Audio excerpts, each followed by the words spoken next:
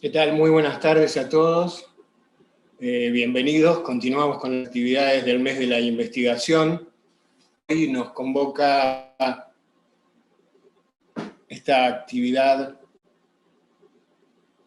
referida específicamente a los proyectos y programas de investigación que realizan las carreras de nuestra universidad.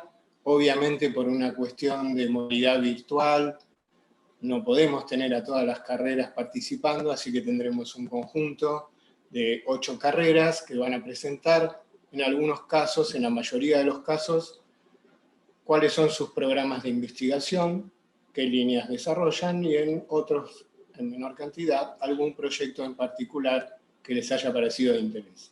Bueno, les agradezco a todos que hayan accedido a la sala. Vamos a comenzar con la primera presentación correspondiente a la carrera de abogacía. Presenta Ricardo Álvarez y Mateo Fusaro.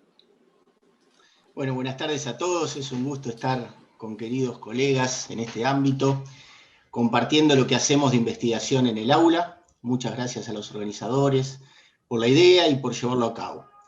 Quiero presentar muy brevemente 2 investigaciones muy importantes en la materia, realizadas por profesores de la carrera, que se enfocaron en pensar la situación actual.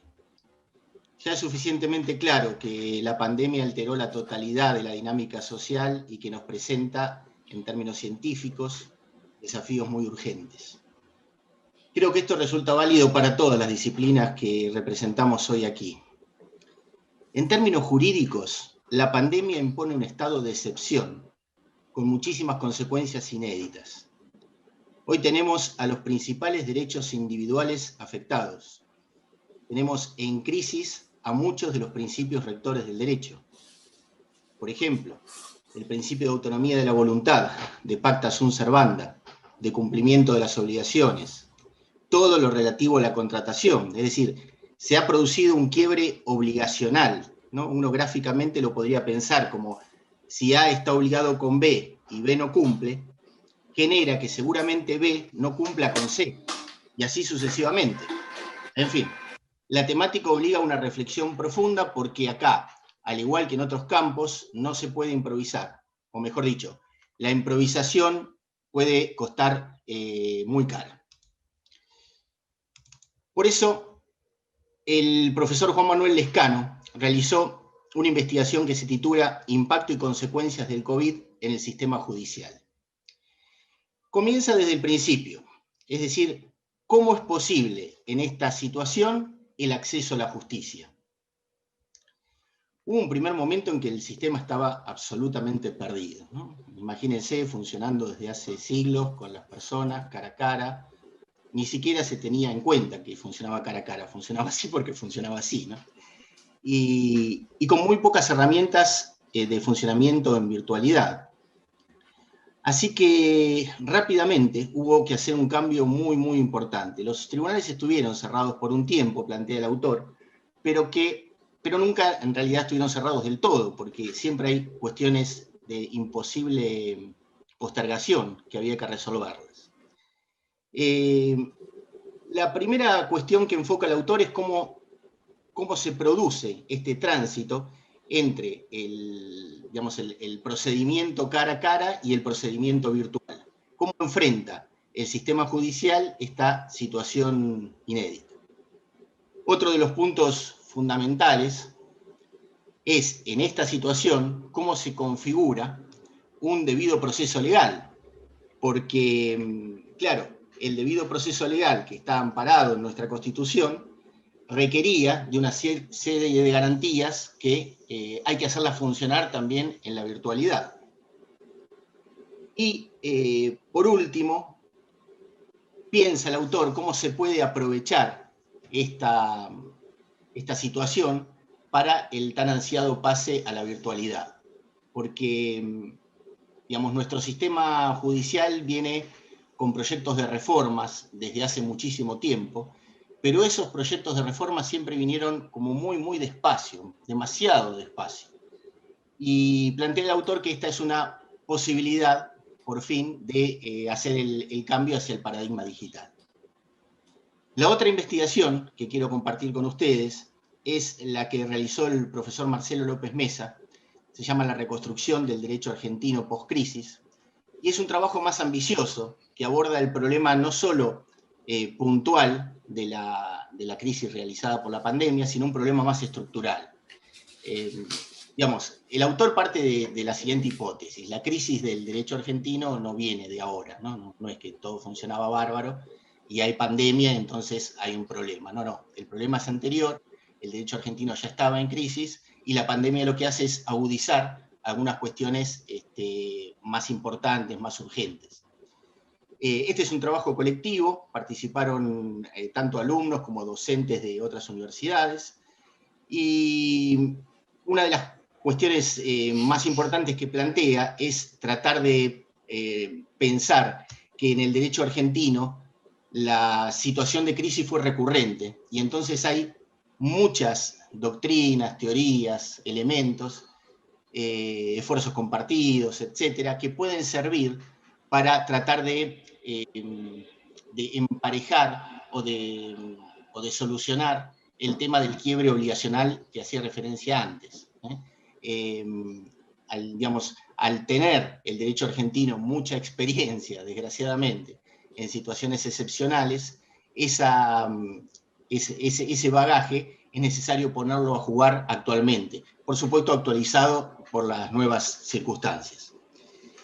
Las dos investigaciones ya fueron publicadas, les compartí las tapas, y fueron objeto de debate, tanto en colegios de abogados, como también en otras instituciones. Por último, el trabajo de López Mesa fue publicado también por la Academia Nacional de Ciencias de Buenos Aires. Ahora le voy a dar la palabra al profesor Mateo Fusalva para que continúe con la exposición sobre la carrera. Muchas gracias. Muchas gracias, doctor Álvarez. Saludos a todos, a todas.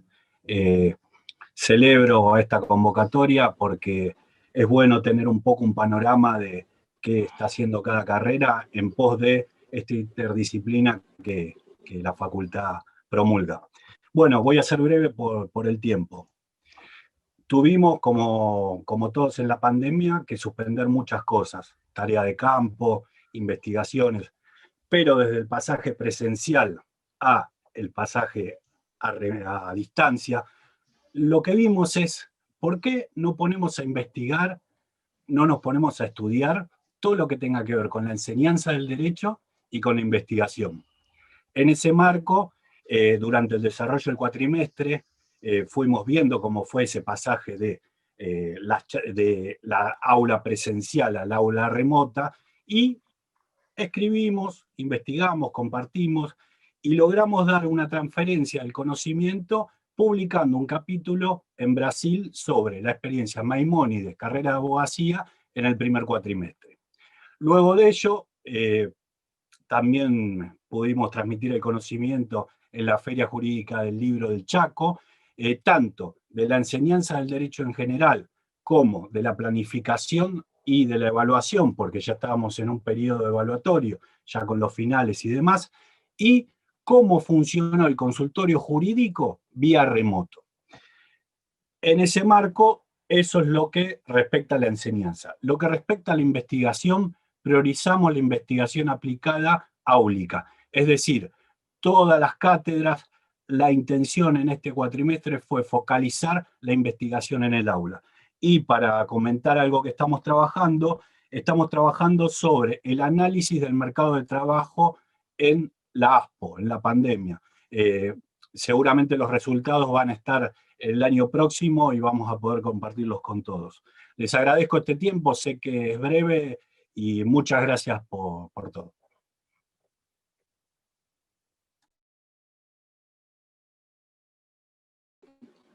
Muchas gracias, doctores Álvarez y Fusalva. Les aviso que me olvidé de avisar al principio, para los participantes, si quieren ir dejando preguntas en el chat, vamos hablando por los distintos expositores y dejarnos un tiempo al final para las preguntas que hayan subido al chat. A continuación, seguir con las carreras de Ciencias del Envejecimiento, y en esta oportunidad van a comentarnos los proyectos de investigación y el programa que realizan en estas carreras, Graciela Zabreski y Alicia Cabanchik. Bueno, muchas gracias, un gusto estar con todos y todos ustedes y compartir nuestro trabajo. Antes de mostrar el proyecto que queremos mostrarles, aprovecho para compartirles que durante la pandemia hemos participado, tanto docentes como alumnos, de la especialización en psicogerontología y de la especialización en psicogeriatría en una investigación latinoamericana acerca de cómo las personas mayores están atravesando y viviendo la situación de pandemia en 8 países de Latinoamérica, a través de la red interdisciplinaria de psicogerontología que la constituimos justamente en nuestra universidad en el año 2005, con muchos países de Latinoamérica, muchas universidades. Así que esto no quiero dejar que, digamos, no lo conozcan porque realmente es una tarea que fue muy interesante. Ahora voy a compartir con ustedes entonces el proyecto en que estamos y que justamente no lo pudimos llevar adelante justamente por la pandemia. Entonces, quiero contarles, digamos, cómo estamos planteados frente a este proyecto que teníamos iniciado y que íbamos a comenzar justamente en marzo cuando se inició la cuarentena y como ustedes saben, en las instituciones de personas mayores no se puede llevar adelante. Pero es lo que nos proponemos apenas esto se pueda hacer. Este proyecto de investigación, que es multicéntrico, como les voy a contar, el camino hacia las demencias, tiene que ver con el área de ciencias del envejecimiento, parte de ahí específicamente de estas carreras, especialización en psicogerontología y en psicogeriatría, que dirige la doctora Alicia Cabanchik, y el doctorado en investigación gerontológica, porque participan docentes y alumnos y también egresados de estas carreras.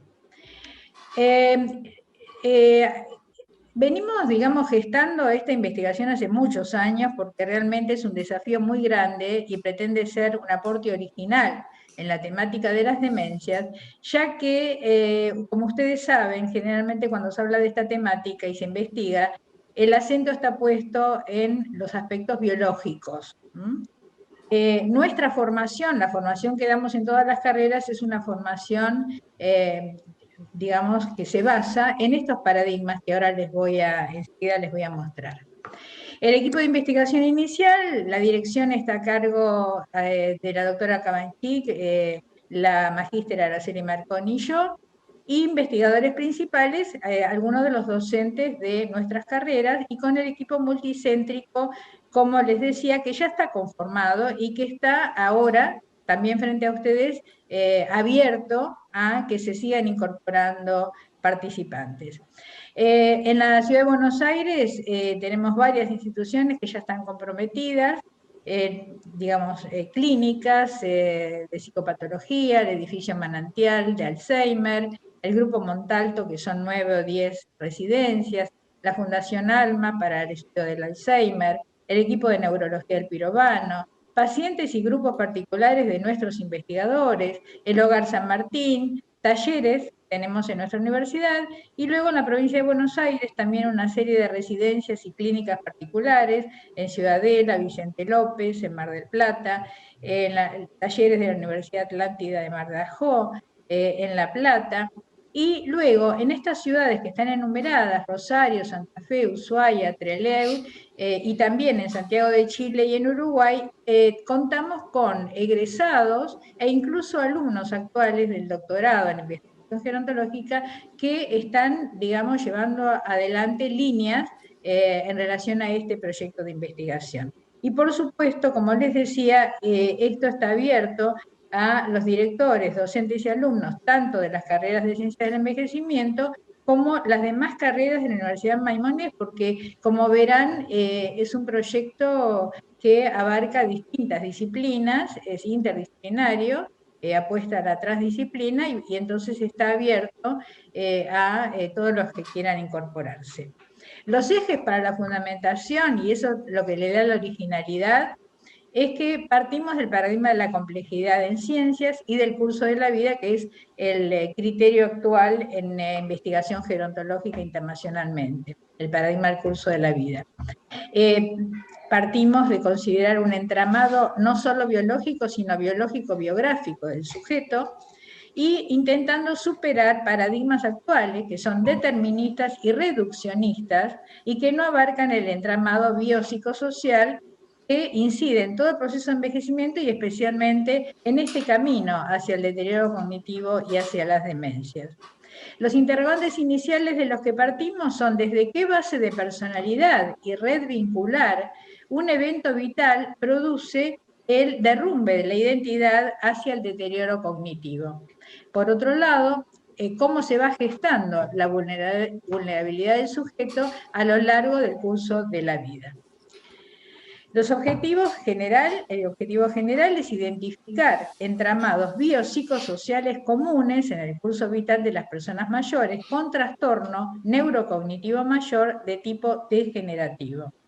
Objetivos específicos: generar un perfil sociodemográfico del grupo de sujetos con este diagnóstico, describir y categorizar los elementos comunes en el proceso de construcción de la identidad y las modalidades del narcisismo que inciden, que es un eje que consideramos incide en la construcción de la identidad, las modalidades del narcisismo, determinar los factores de riesgo psíquico con mayor prevalencia en la población en estudio, identificar eventos estresantes y traumáticos asociados al curso vital de los sujetos con deterioro cognitivo, describir la cantidad y calidad de las redes vinculares a lo largo de su historia vital, determinar la historia de las patologías preexistentes y sus tratamientos, explorar el grado de mentalización y expresividad emocional a lo largo de la historia vital de los sujetos en estudio, y explorar la relación entre las variables y categorías en estudio en función del estadio de deterioro y el género.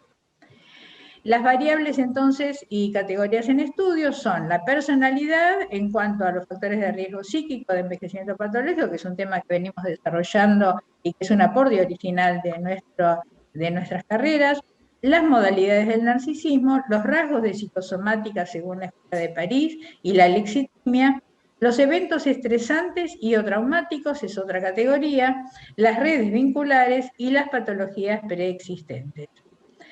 Esta investigación se propone trabajar en 3 líneas divergentes. O sea, vamos a formar, en realidad ya están formados 3 equipos, digamos, ¿no? Que van a trabajar simultáneamente en 3 líneas en pos de estos objetivos.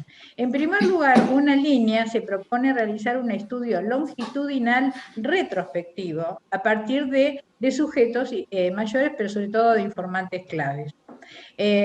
A fin de investigar sucesos de vida y riesgo psíquico en adultos mayores que ya tienen un diagnóstico de trastorno neurocognitivo mayor de tipo degenerativo y que evolucionó hacia un estadio moderado o severo. Entonces vamos a trabajar con una muestra para esta línea de personas mayores con diagnóstico de trastorno neurocognitivo mayor de tipo degenerativo en estos estadios, y se entrevistará a informantes, o sea, familiar directo y o cuidador principal, con conocimiento cercano de gran parte de la trayectoria vital antes y después del deterioro.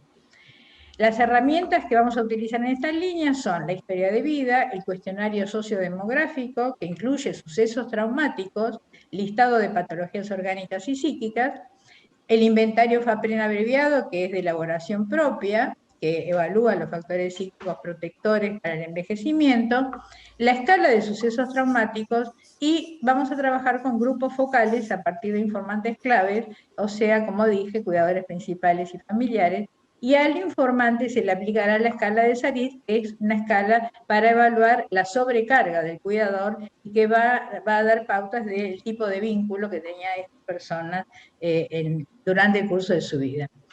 La condición de inclusión en esta línea es que la persona cuente con un diagnóstico de demencia y evolución en base a la historia clínica, un laboratorio, la neuroimagen y una evaluación neurocognitiva completa o un screening básico que incluye una serie de herramientas.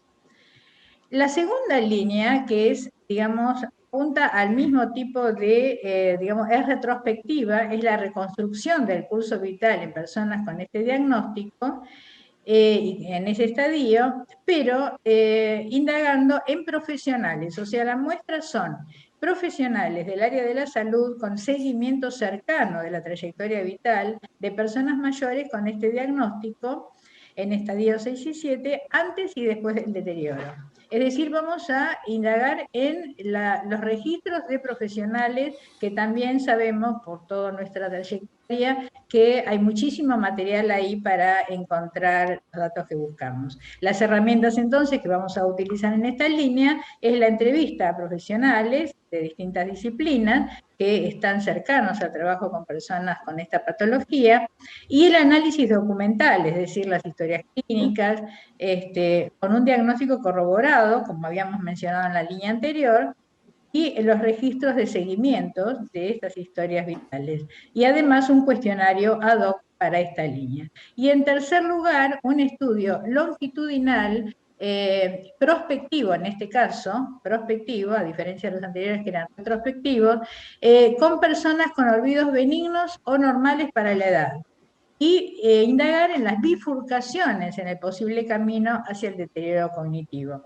Entonces, en este caso, en esta línea, la muestra van a ser participantes en talleres preventivos en ámbitos comunitarios e instituciones diversas, como ser los talleres de nuestra universidad, a partir de los 50 años, y los requisitos de inclusión son un laboratorio, una neuroimagen, cuestionario de quejas mnésicas y la evaluación neurocognitiva completa o un screening básico, como habíamos ya mencionado.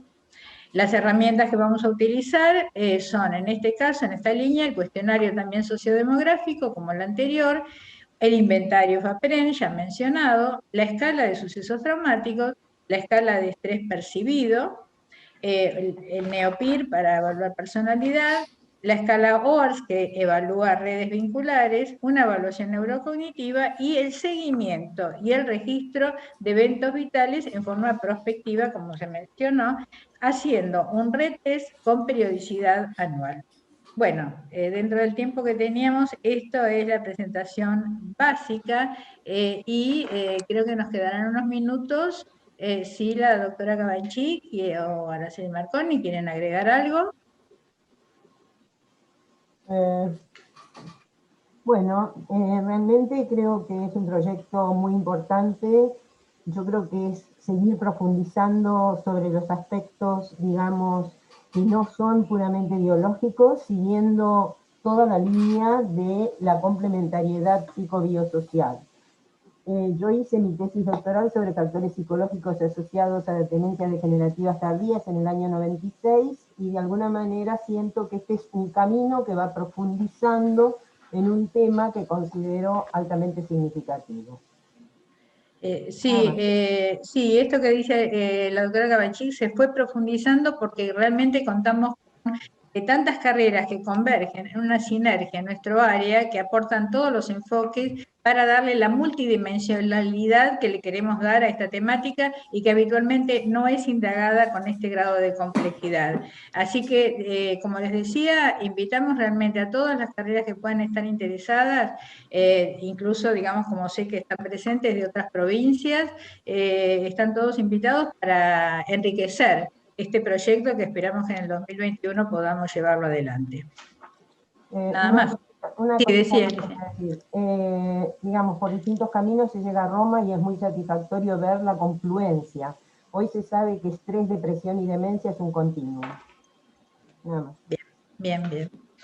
Bueno, eso es todo. Muchas gracias, doctora Cabanchik. Bueno, hemos tenido recién solo 2 presentaciones y ya estamos viendo la variabilidad en los objetos de estudio que vamos a ver en el día de hoy, a pesar de que en el número total de carreras hoy somos poquitos los que estamos aquí. Vamos a continuar ahora con la carrera de enfermería, que va a ser presentación Noemí Maciel, que es la codirectora de la carrera. La carrera de enfermería ha cambiado recientemente su dirección, por lo tanto está en pleno reacomodamiento y reorganización de su área de investigación y demás áreas. Bueno, adelante, Noemí, muchas gracias. Y buenas tardes, muchísimas gracias por esta participación, por este espacio. Bueno, voy a empezar a compartir, así no les robo tiempo a el resto de los disertantes. Mientras estoy abriendo la presentación, bueno, les comento que estoy en representación de la carrera de enfermería, del licenciado Carlos Lépez, que está con un problema de salud, que es el director de la carrera. Bueno, nosotros, como recién dijeron, llegamos hace muy poquitito, ingresamos con este cuatrimestre. Dentro de nuestras ideas y de nuestros proyectos, obviamente está la investigación en los primeros planos, y estamos trabajando fuertemente en el proyecto que tenemos que presentar a CONEAU. Una de nuestras modificaciones es justamente transformar a la investigación en un eje transversal del currículum de enfermería. Pero bueno, todo movimiento comienza andando despacito, y como dijeron ayer en la reunión, esto es artesanal, y nosotros le queremos mostrar nuestra artesanía, porque realmente es nuestra artesanía, porque estamos recién llegaditos, y bueno, queremos compartirles cuál fue nuestro proyecto. Lo que realmente nos quitaba el sueño cuando llegamos a la carrera era darle respuesta a nuestras prácticas en un tiempo de aislamiento social y obligatorio, y realmente nuestro currículum tiene mucha carga horaria. Obviamente, dentro de ese paquete de materias había que discriminar, algunas podíamos darle respuesta muy asertiva, y otras, como por ejemplo esta que les estamos presentando, no tanto, porque justamente el ámbito donde se desarrolla es la comunidad, y justamente no podíamos salir afuera. Entonces, tuvimos una propuesta, o consideramos que era una propuesta que se ajustaba a nuestra necesidad, la propuesta de la Sociedad Argentina de Hipertensión Arterial, que la consideramos una oportunidad. Consideramos que fue una oportunidad para cubrir objetivos en varios niveles de profundidad. Obviamente el primero, como siempre, es dar respuesta a nuestros estudiantes, es decir, darle respuesta a una práctica comunitaria que teníamos que salir a la calle a buscar nuestro trabajo de práctica. El otro objetivo era, dábamos respuesta a un objetivo que era tener o realizar trabajos de investigación mediante datos que podíamos obtener de forma sencilla y artesanal, si se quiere, con conocimientos adquiridos previamente en todo lo aprendido en las materias anteriores, en los ciclos previos a estas materias. También podíamos acá dar una respuesta a un eje que es el eje de extensión universitaria, a través de las prácticas sociales educativas, que también queremos, esta gestión quiere que esto se ponga de manifiesto, porque pensamos que nuestros estudiantes deberían dar alguna respuesta a la sociedad a la que pertenecemos. Estamos hablando de una carrera muy, muy sensible, de una llegada a lo más profundo de la gente. Y por último, establecer vínculos con sociedades científicas. En este caso, la sociedad con la que pudimos articular fue la Sociedad Argentina de Hipertensión Arterial. A ella le pedimos permiso para poder hacer esta práctica formalmente mediante una nota, y bueno, obviamente que nos lo permitieron. También podíamos responder a objetivos de tipo pedagógico y curricular, porque abordamos, integramos y articulamos conceptos fuertes para esta disciplina como familia y comunidad, que es el sujeto de práctica. También herramientas de abordaje como el empoderamiento del paciente y el trabajo extramuro. Acá teníamos que salir del hospital, no podemos estar en el hospital. Nosotros vamos a buscar el problema, salimos a buscar a la gente en esta materia. Por supuesto, visibilizar las enfermedades crónicas prevalentes que desde hace mucho tiempo son el flagelo de las sociedades en el mundo entero. Nuestro país no escapa a esta estadística y por lo que vemos, el movimiento estadístico, estas enfermedades pretenden quedarse bastante tiempo con nosotros si no hacemos algo asertivo. Y por último, con estos estudiantes quisimos aplicar todo lo que es el trasfondo aperceptivo, los conocimientos previos, que los pudieran traer, que los pudieran aplicar y que los pudieran resignificar. Por supuesto, todo esto lo pudimos hacer sin salir de casa. Esta también fue una oportunidad, no salir de casa para hacer esto. Otra oportunidad que nos brindó la sociedad con su campaña Conoce y controla tu presión arterial es que el periodo en el que se desarrollaba iba del 12 de agosto al 14 de septiembre y también nos caía como anillo al dedo porque era justo nuestro periodo de práctica. Con lo cual, aprovechamos también esas cifras que significan el rango de normalidad para considerar los valores de presión arterial. 120/80 es el rango inferior, 12/8 es el rango inferior de la presión arterial, correspondiente a 120/80, y 14/9 correspondiente a 140/90, hace alusión al valor máximo, o en realidad es el primer escalón para considerar hipertensión arterial. Perdón.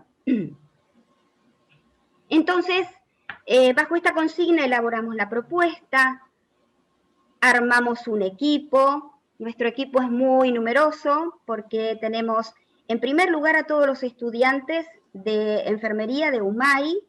Es una carrera muy federal, es una carrera que abarca muchas provincias. Tenemos estudiantes de norte a sur, de este a oeste, y también en Cava y en Capital Federal, y un centro en Hidalgo también bastante numeroso. Los docentes, los coordinadores y también nosotros, los directivos, participamos del proyecto. ¿Qué queríamos buscar? Dar respuesta a el cómo los estilos de vida se vinculan con los factores de riesgo cardiovascular, cómo impactan los factores ambientales, favoreciendo el desarrollo de enfermedades crónicas no transmisibles y haciendo foco especialmente en nuestra reina de este grupo, que es la hipertensión arterial, que no solamente es un problema clínico, sino que especialmente es un problema de salud pública por el impacto que tiene en la sociedad, por la prevalencia, porque si la miramos como factor de riesgo, es el primer factor de riesgo para el desarrollo de accidente cerebrovascular. Es el tercer factor de riesgo para generar infarto agudo de miocardio, y aprovechando que están los directivos de la carrera de gerontología, perdón el nombre, pero también tiene una vinculación directa con Alzheimer y con la memoria. Entonces, acá tenemos un punto en común, doctora, en el que podemos empezar a trabajar también y hacer sinergia con enfermería. Sería un placer para nosotros. También dar respuesta a la inercia, porque vemos que muchas acciones se proponen, pero no llegan a su destino correcto, no hay una respuesta correcta, hay una inercia médica y hay una ineficacia en las acciones de prevención y promoción. Por lo tanto, nos preguntamos, ¿qué no estamos haciendo o qué estamos haciendo mal? Es decir, a esto tenemos que dar respuesta. Nuestros objetivos y metas estuvieron en el orden de recabar información relativa a los valores de presión arterial de nuestros estudiantes y de su núcleo familiar conviviente por automonitoreo, aprovechar esa oportunidad para poder resignificar lo aprendido sobre la técnica de medición de la presión arterial, ya que es una técnica y una actividad de enfermería que parece muy sencilla, pero muchas veces la realizamos mal. Es una técnica que en el domicilio suele tener muchos sesgos, sesgos del operador, sesgos del aparato y sesgos de la técnica misma. Entonces, aprovechamos para la educación de los docentes, de los estudiantes y de los familiares, empoderando al familiar para que se automida la presión arterial. Cuando hablamos de sesgos de los aparatos, acá cabe también esta función que nos corresponde, que es desmitificar el tensiómetro automático, que fue tan vapuleado unos años antes. Hoy por hoy el tensiómetro automático se impone en el mundo científico. No hay estudios científicos que no tengan un tensiómetro automático, y de a poquito se va a ir imponiendo en la práctica clínica.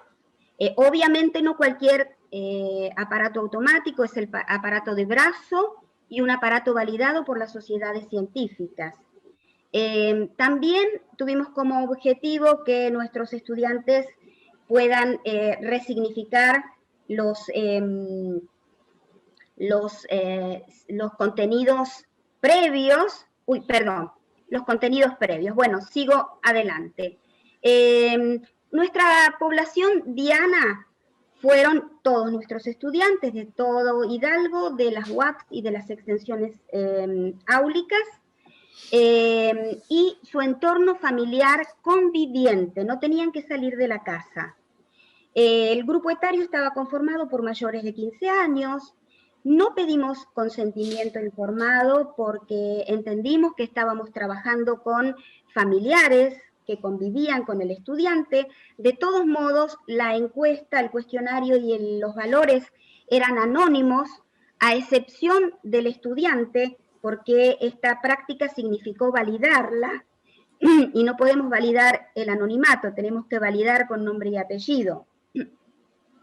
Y por último, decirles que lo desarrollamos en todas las extensiones áulicas y en todas las unidades de apoyo, que son muchísimas, por cierto.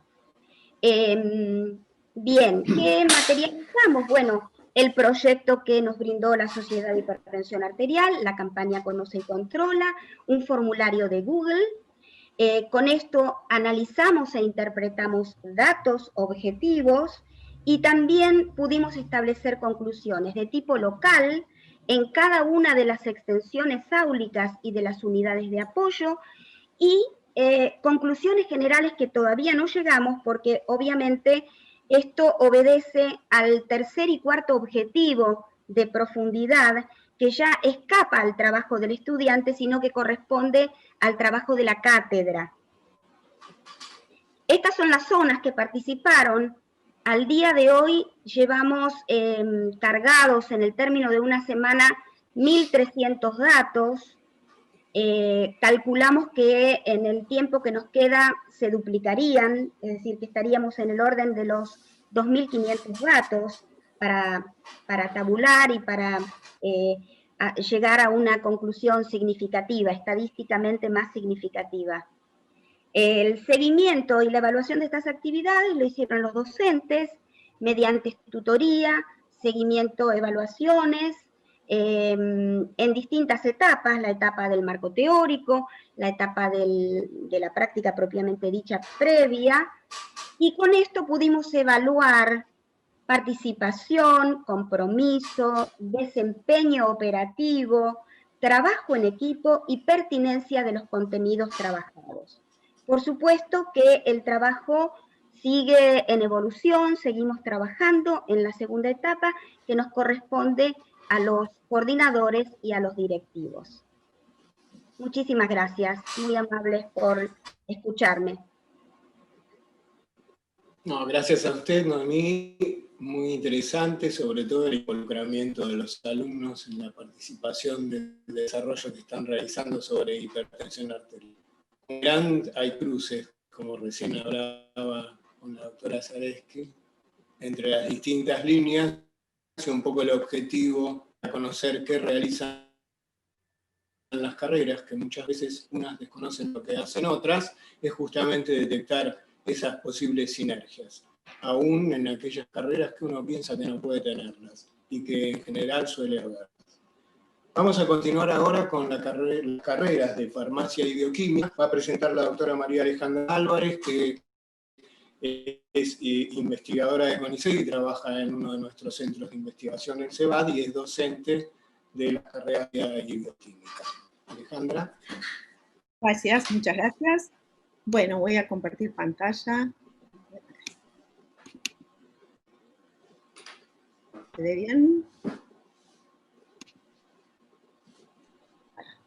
Bueno, yo voy a comentarles sobre las tareas de investigación que realizamos algunos docentes de las carreras de farmacia y bioquímica.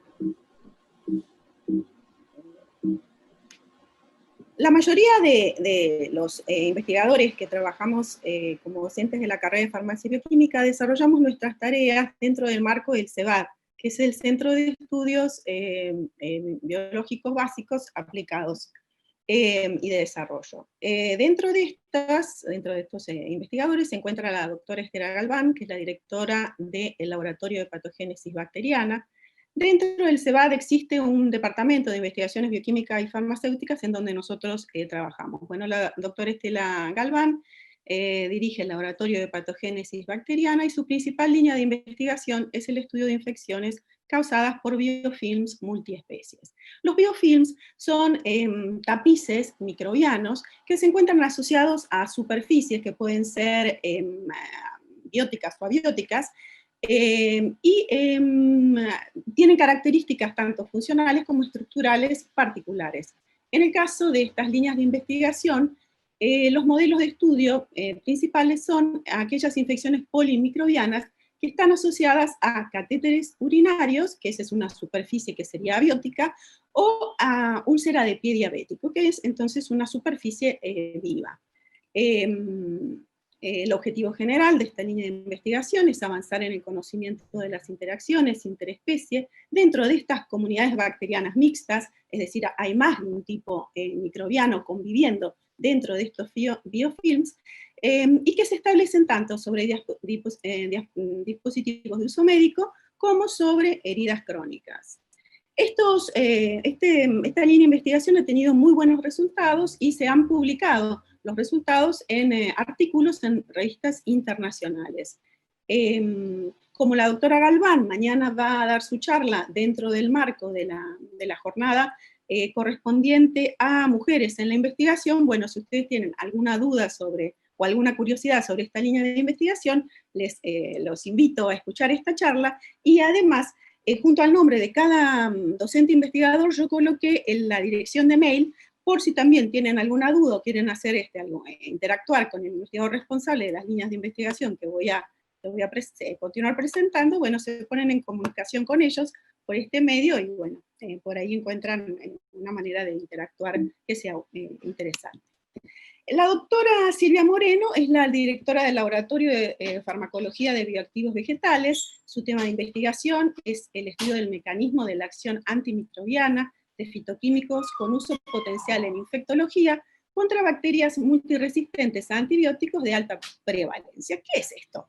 Bueno, acá en los objetivos particulares está bien explicado. ¿Qué es lo que hace esta línea de investigación? Evalúa la actividad antimicrobiana de compuestos de origen vegetal, fitoquímicos, sobre bacterias que se encuentran en estado planctónico o en biofilm. Y esto hace que esta línea de investigación también interactúe con la línea de investigación que brevemente describí anteriormente.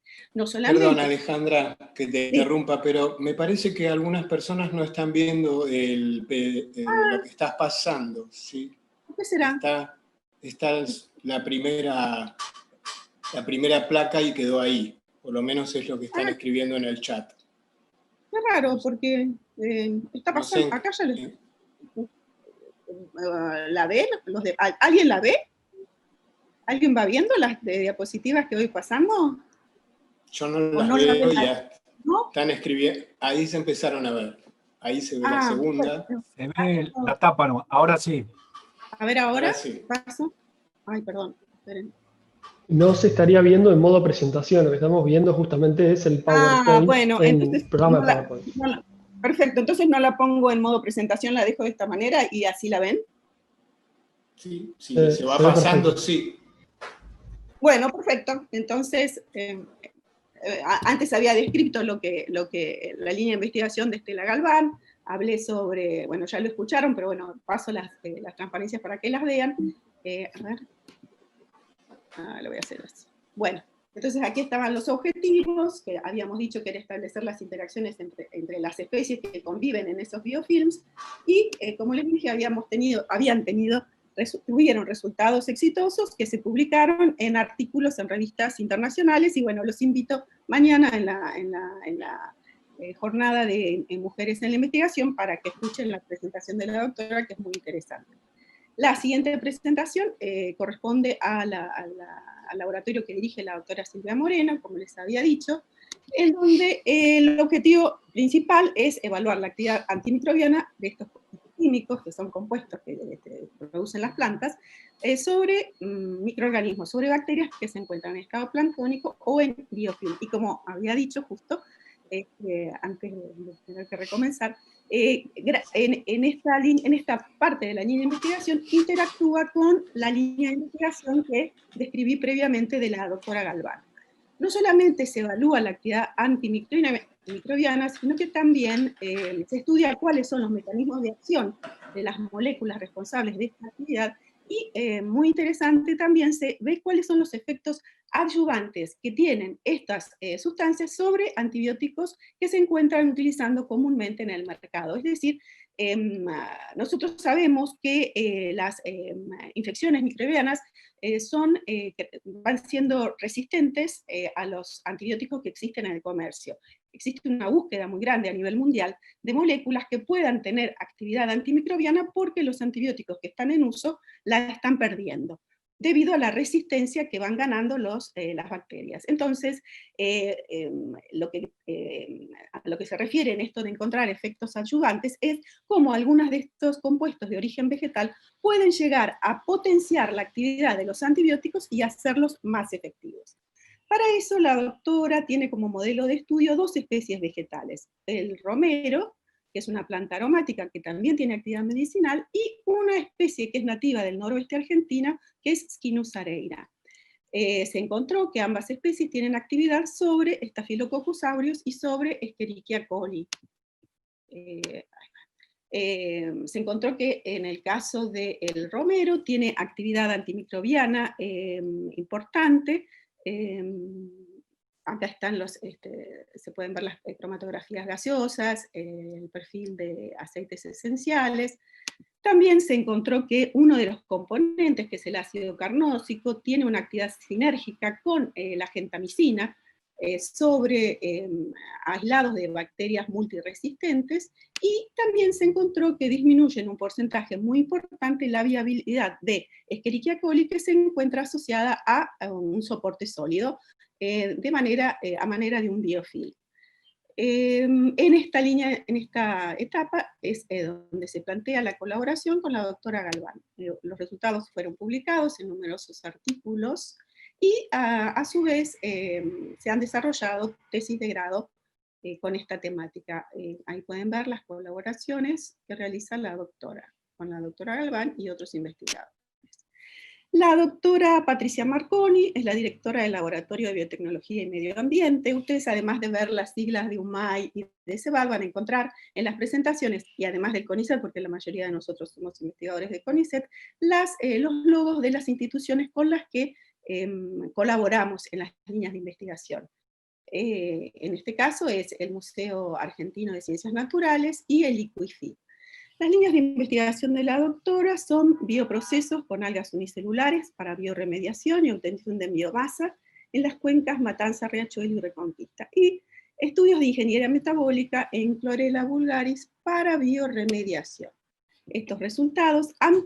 Sus resultados permitieron diseñar un proceso integrado que, además de lograr la bioremediación de aguas contaminadas, por ejemplo de la cuenca Matanza-Riachuelo, han permitido utilizar a estas algas que se utilizan para realizar la bioremediación para la producción de biocombustibles y de compost, y existe una potencial utilización como sustrato para fertilizantes. Además, se ha trabajado en la revitalización y reutilización ecológica de la cuenca Matanza-Riachuelo, en un trabajo muy interesante, en donde se trabajó sobre este basural, que en el año 2017 figuraba de esta manera, y mediante el relleno con tosca y tierra, y luego la incorporación de especies nativas, se transformó en este vergel, en donde hay una gran cantidad de especies nativas, y no solamente se incorporó flora vegetal, que parece una redundancia, sino también flora microbiana a los suelos, que previamente no estaba porque había sido destruida por los compuestos tóxicos liberados por la basura acumulada. Bien, el siguiente, bueno, esta presentación corresponde a mi línea de investigación. Yo soy la directora del Laboratorio de Biotecnología Vegetal, conjuntamente con la doctora Melina Laguía Becher. Nuestros trabajos se realizan en colaboración con la Universidad de Buenos Aires, la Facultad de Farmacia y Bioquímica y el Instituto Antártico Argentino, y las líneas de investigación son la producción de metabolitos secundarios en cultivos in vitro vegetales y la expresión de proteínas recombinantes en plantas. Bueno, ¿qué son los metabolitos? Yo voy a hablar poco porque con esto puedo estar horas, ¿no? Pero bueno, los metabolitos secundarios son compuestos que las plantas producen, pero que no son esenciales para su vida, pero sí para su interacción con el medio ambiente. Por ejemplo, en su interacción con patógenos, con las radiaciones, con agentes químicos, pero que nosotros los podemos utilizar con fines, por ejemplo, algunos de ellos con fines farmacológicos. Es el caso de los terpenos, los alcaloides, los polifenoles.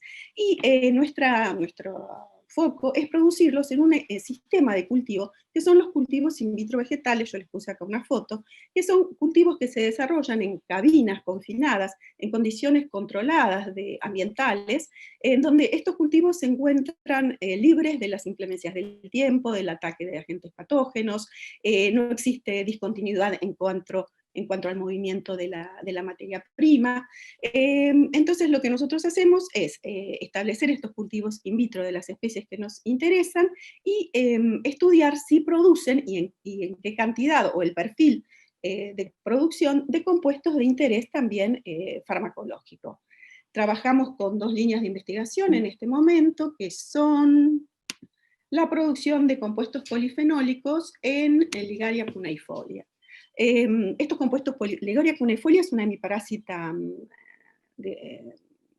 nativa de la flora argentina, que se caracteriza porque sus extractos son utilizados por la población en general, como medicina natural, digamos, como hipotensores, también como hipolipemiantes, y se ha encontrado una actividad antitumoral debido a otros compuestos que son las lectinas. Nosotros particularmente nos concentramos en los compuestos polifenólicos, que son los responsables de la actividad hipotensora y hipolipemiante. Logramos establecer cultivos in vitro. ¿Y cuál es la importancia de establecer cultivos in vitro de esta especie? Es una planta hemiparásita que crece en el campo de manera silvestre y no se ha podido establecer cultivos de esta especie, cultivos agronómicos como para explotarlos para la producción, para la producción de estos compuestos activos. Entonces, nuestra idea, en conjunto con la Facultad de Farmacia y Bioquímica de la UBA, fue la de establecer estos cultivos in vitro y ver si en in vitro se producía el mismo perfil de compuestos polifenólicos y si estos eran activos. Tuvimos éxito y hemos publicado los resultados obtenidos y bueno, estamos trabajando en optimizar el proceso productivo. Otra de nuestras líneas de investigación es también establecer cultivos in vitro de dos especies de la flora argentina, las dos únicas especies que crecen en la Antártida, que son Colobanthus quitensis y Deschampsia antártica. Y también estudiamos su perfil de producción de compuestos polifenólicos, pues son, por ejemplo, los que les dan resistencia a la luz ultravioleta, y podría ser interesante poder obtener in vitro el mismo perfil de compuestos y utilizarlos, por ejemplo, para la elaboración de protectores solares. ¿Por qué es importante establecer cultivo in vitro de estas especies para esta producción? Y bueno, porque justamente como crecen en la Antártida, la provisión de materia prima no es algo sencillo de producir, de realizar. Entonces, si tenemos los cultivos in vitro y logramos un perfil de producción semejante, podríamos aprovechar esto. Se realiza esta línea de investigación en colaboración con el Instituto Antártico Argentino y una de las becarias del grupo, ha realizado ya participando en 2 campañas antárticas recolectando material para nuestras investigaciones. Por otro lado, también dentro del laboratorio, la línea de expresión de proteínas recombinantes está liderada por la doctora Melina Laguía-Decher. ¿Qué son las proteínas recombinantes? Son proteínas de otra especie que son producidas en las plantas. Proteínas recombinantes en plantas, ¿no? Y que pueden ser, por ejemplo, los antígenos que pueden utilizarse para la elaboración de vacunas, pueden ser anticuerpos que pueden utilizarse para, por ejemplo, la elaboración de reactivos de diagnóstico, puede ser otro tipo de proteínas como albúmina, bueno, de interés para la industria farmacéutica. En este momento hay 2 líneas de investigación en curso. Una de ellas es la expresión de la nucleoproteína del virus del distemper canino en plantas transplantómicas de tabaco. ¿Esto qué quiere decir? Lo que se hace es expresar, mediante transformación de los cloroplastos de las plantas de tabaco, el gen, uno de los genes, el gen de una nucleoproteína, con la finalidad a futuro de elaborar al menos una vacuna experimental contra el distemper canino. Se logró la expresión exitosa, y no solamente eso, sino una respuesta humoral positiva. Así que existe una buena perspectiva para esta línea de investigación una vez que podamos retomar nuestras actividades. La respuesta humoral se mostró en animales de laboratorio. Y la línea de investigación que se está iniciando es la producción de proteínas anticongelantes de Deschamcia antártica. Como ya les mencioné anteriormente, Deschamcia es una de las especies de la flora argentina, una de las 2 que crece en la Antártida, y que tiene, obviamente, una gran tolerancia al estrés por congelamiento. Entonces, la idea fue aislar las secuencias que codifican para estas proteínas y lograr expresarlas en otras bacterias y en plantas y ver si mantienen esta actividad. ¿Con qué finalidad? Bueno, una vez que se identifiquen los genes responsables de la expresión de la producción de estas proteínas, poder expresarlos en estas especies o incluirlos en otras especies con la finalidad de realizar un mejoramiento genético de los cultivos que son sensibles al frío.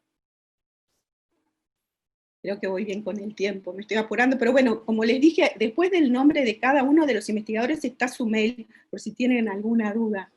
Me estoy apurando. Bueno, la siguiente línea de investigación es la que está dirigida por el doctor Jorge Martiarena. Es un laboratorio de diseño predictivo in silico de nuevos antimicrobianos. Como yo les mencioné anteriormente, existe una búsqueda mundial de compuestos con actividad antimicrobiana, ya que se calcula que pronto los que estamos utilizando comúnmente van a ir perdiendo su actividad.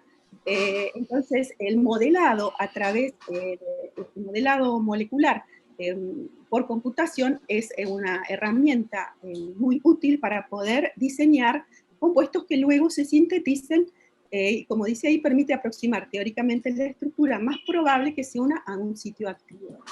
Los objetivos de este laboratorio es, en el caso de la actividad antimicrobiana, fue la de diseñar análogos al benzodihidrocarbazol, que es una molécula que demostró actividad antibacteriana, pero reducida contra bacterias gram positivas y negativas. Se propuso sintetizar estructuras análogas y analizar su perfil antimicrobiano. Y por otro lado, emplear a la enzima heparanasa, que es una enzima marcadora de tumores, como blanco de nuevas entidades químicas que pudieran actuar como inhibidores. Esta investigación se lleva a cabo en colaboración con la Facultad de Farmacia y Bioquímica de la Universidad de Buenos Aires y con la Universidad de Ulster.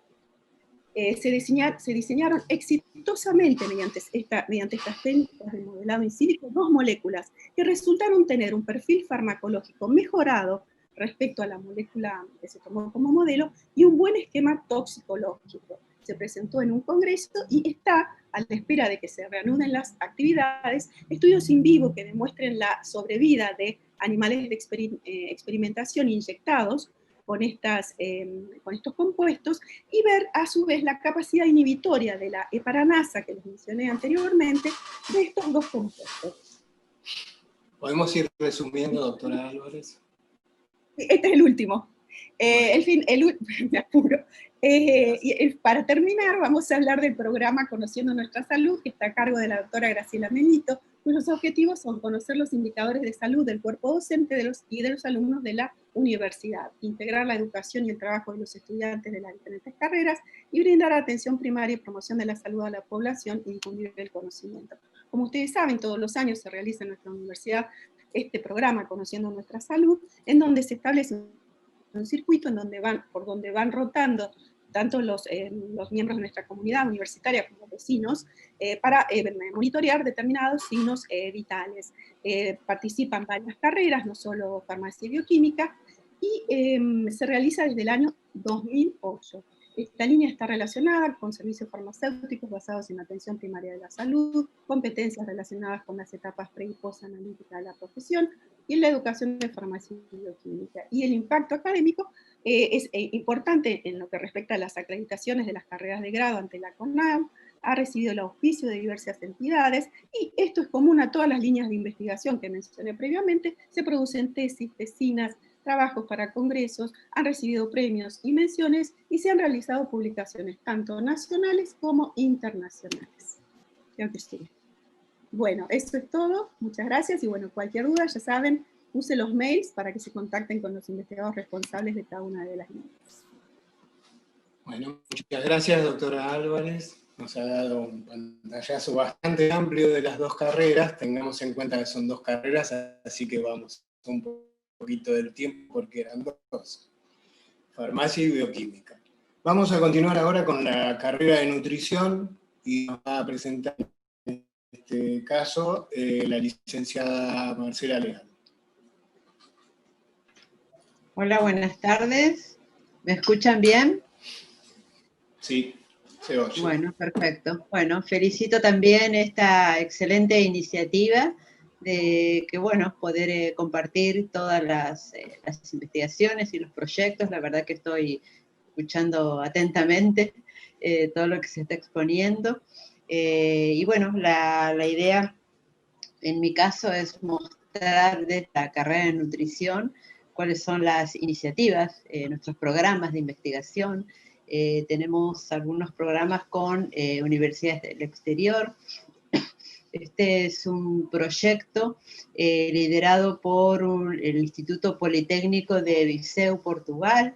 Ya hemos realizado otra investigación relacionada con fibra alimentaria, y el último proyecto se llama EatMod, que tiene que ver con cuáles son las motivaciones sociales asociadas con las elecciones de los alimentos y las prácticas alimentarias.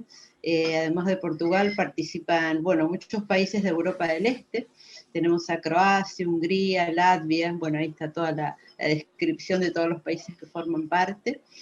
Como parte del proyecto se realizan publicaciones, ya hay varias publicaciones. Este año, por ejemplo, las últimas dos es en la revista En Foods 2020 y en Open Agriculture. También se presentan pósters, por ejemplo, en un congreso de la Sociedad Portuguesa de Nutrición. Estos son solamente algunos, la verdad que hay varias, tiene muy buena visibilidad y difusión todos los trabajos realizados en el marco de este proyecto, y conferencias, por ejemplo, en el Simposio Nacional de Investigación en Psicología de Portugal, o en el Baltic, en la Conferencia de Ciencia de los Alimentos y Tecnología en Latvia.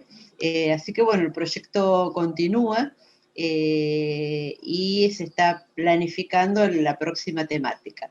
En este momento ya se hizo la investigación de EatMod en todos estos países, y en este momento estamos en la etapa de las publicaciones y las difusiones del mismo. Otro proyecto tiene que ver con el consorcio de investigadores en nutriología. En México, en vez de nutrición, se menciona la palabra nutriología, los nutricionistas son nutriólogos, y bueno, desde CONINUT, desde este consorcio, que nace en el marco de la red de estilos de vida saludable, a propuesta de UNICACH, que es la Universidad de Ciencias y Artes de Chiapas. Este proyecto contempla la participación de países como México, Colombia y Argentina. Universidad Maimónides es la única representante por Argentina, son universidades e institutos de investigación.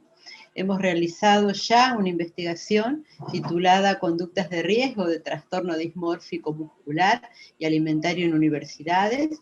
El resultado de esta investigación se presentó el año pasado en la ciudad de Veracruz, en México, en el marco del Congreso Internacional de Nutriología, y está en prensa la publicación del proceeding del evento en el cual están incluidas todas las investigaciones. Incluso, bueno, obviamente la nuestra. Este año, en formato virtual, se hizo la asamblea de CONINUT, y ahí lo que se hizo fue, nos unimos grupos de universidades para investigar un tema puntual y determinado. En el caso de la Universidad Maimónides, quedó conformando el grupo con la UADY, la Universidad Autónoma de Yucatán, y la Universidad Juárez Autónoma de Tabasco, para investigar, digamos, validar un instrumento de dismorfia muscular, que es el MDI, que lo vamos a hacer en mujeres. Tenemos también un interés muy marcado y especial en el tema de sustentabilidad. Sabemos que la sustentabilidad tiene un eje medioambiental, un eje social, un eje económico. Entonces hay varios proyectos que van en pos de investigar la nutrición y la sustentabilidad, y también investigar, y que ya lo venimos haciendo, el tema de desperdicio de alimentos. Al respecto, hemos planificado una investigación, 2 investigaciones con 2 universidades del exterior, una con la Universidad de la República de Uruguay, a través de la Escuela de Nutrición y de la red que tiene esta universidad, que es la red temática del medio ambiente, en el marco del proyecto de sistemas alimentarios sostenibles.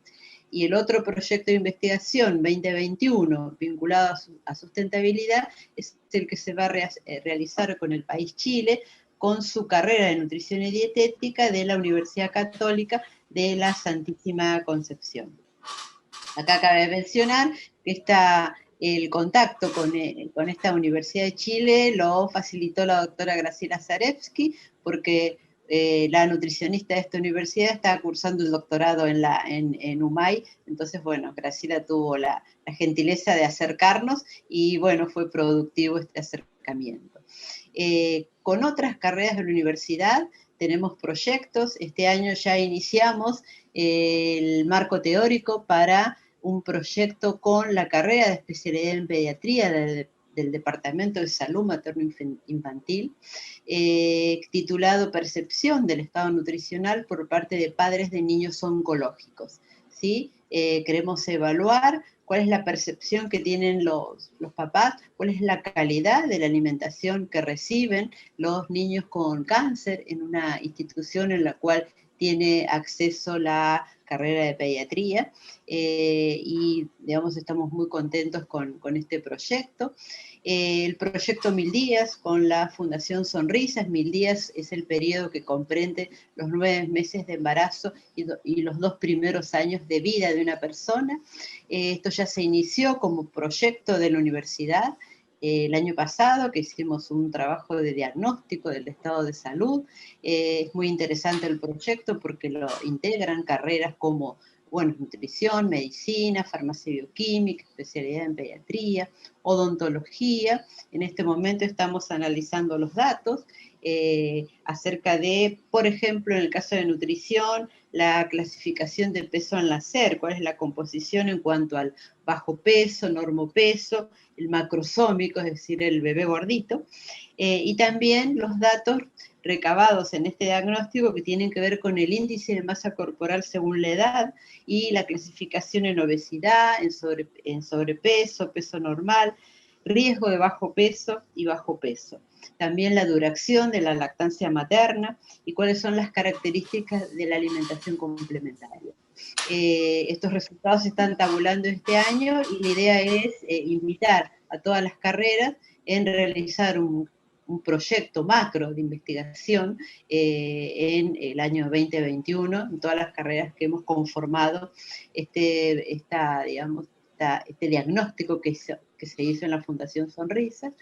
y con la carrera de especialización en geriatría, donde en otro momento hemos realizado también una investigación, tenemos la posibilidad de investigar la temática de nutrición del adulto mayor, con la doctora Mariñaski, que además de ser directora de esta especialización, es la jefa de la unidad de geriatría del Hospital Durán, y la licenciada Alejandra Basilio, nutricionista del Hospital Durán, también es instructora de nuestros rotantes por el servicio, con lo cual estamos planificando una investigación vinculada a nutrición y geriatría. Como parte de la carrera nos ha parecido muy interesante realizar una investigación acerca de cómo hemos transformado nuestra estrategia educativa en este tiempo de pandemia. Si bien al inicio fue todo, digamos, todo un desafío, fue toda una urgencia en cuanto a poder adaptarnos de un día para el otro, de la presencialidad a la virtualidad, pero bueno, ahora que ya hemos transcurrido varios meses, estamos planificando con universidades también de gestión privada, como la Universidad Adventista del Plata, y Salud, el Instituto Barceló y la Universidad de Mendoza, con todas las directoras de las carreras de nutrición, poder escribir esto, es decir, poder contar, poder evaluar cómo hicimos esa adaptación virtual en todas las acciones que tienen que ver con prevención, diagnóstico y tratamiento del estado nutricional.